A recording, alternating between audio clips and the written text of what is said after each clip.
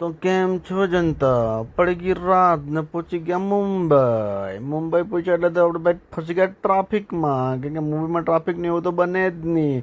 ને આપણે તો ભાઈ જવાનું હતું આપણા પ્લોટ પર, જ્યાં આપણું કામ ચાલતું છે, ત્યાં ભંગારનો કાંટો ખોલવાનો છે આપણે, ત્યાં જવાનું હતું. એટલે આપણે ઘડી ઘડી મુંબઈ આવવા પડે.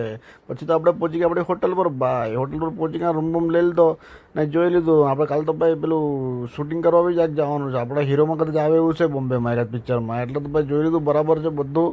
હા, બારી બી ખોલી મૂકીને બહુ ભારે વ્યૂ હતો, બારીનો પણ ધુમાડો બહુ હતો એટલે પાછું બંધ કરી દીધું આપણે. ને પછી આપણે સવારે બહુ વહેલું ઉઠવાનું એટલે બધું હોઈ ગયા. ને પછી પાછા સવારે ઉઠી બી કે ફટાફટ કરીને તૈયાર થઈ ગયા, નાહી ધોઈને કમ્પ્લીટ એકદમ. કેમ કે આજે તો કદાચ શૂટિંગ થઈ જાય એવું છે આપણું પિક્ચરનું એકાદ. ને બહારનો વ્યૂ બતાવ્યો, બહુ મસ્ત લાગતું હતું હવાનો. એટલે બોમ્બે એટલે હવાનું બહુ ભારે લાગે, 6:30 વાગ્યાનો વ્યૂ તો ભાઈ.